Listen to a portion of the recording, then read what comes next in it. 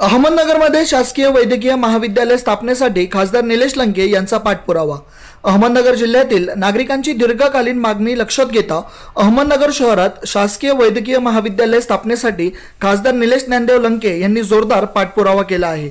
या संदर्भातील पत्र त्यांनी जिल्हाधिकारी अहमदनगर व संबंधित यंत्रणाला दिली असून महाविद्यालय स्थापनेसाठी आवश्यक असलेली 30 एकर शासकीय जागा त्वरित उपलब्ध करून देण्याची मागणी केली आहे। खासदार लंके यांनी पत्राद्वारे नमूद केले आहे की अहमदनगर जिल्ह्यातील मोठ्या लोकसंख्येचा विचार करता वैद्यकीय शिक्षणासाठी शासकीय महाविद्यालयाची आवश्यकता आहे। यासाठी संबंधित मंत्र्यांशी व अधिकाऱ्यांशी वेळोवेळी चर्चा झाल्या असून जागेच्या अभावामुळे प्रक्रिया रखडली आहे। तसेच शहराच्या 10 किलोमीटर परिसरात शासकीय जागा उपलब्ध असून त्याचा वापर वैद्यकीय महाविद्यालय स्थापन करण्यासाठी व्हावा असे पत्रात स्पष्ट केले आहे।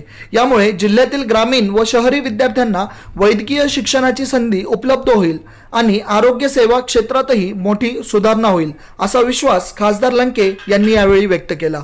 Bureau report, youth media, Ahmednagar.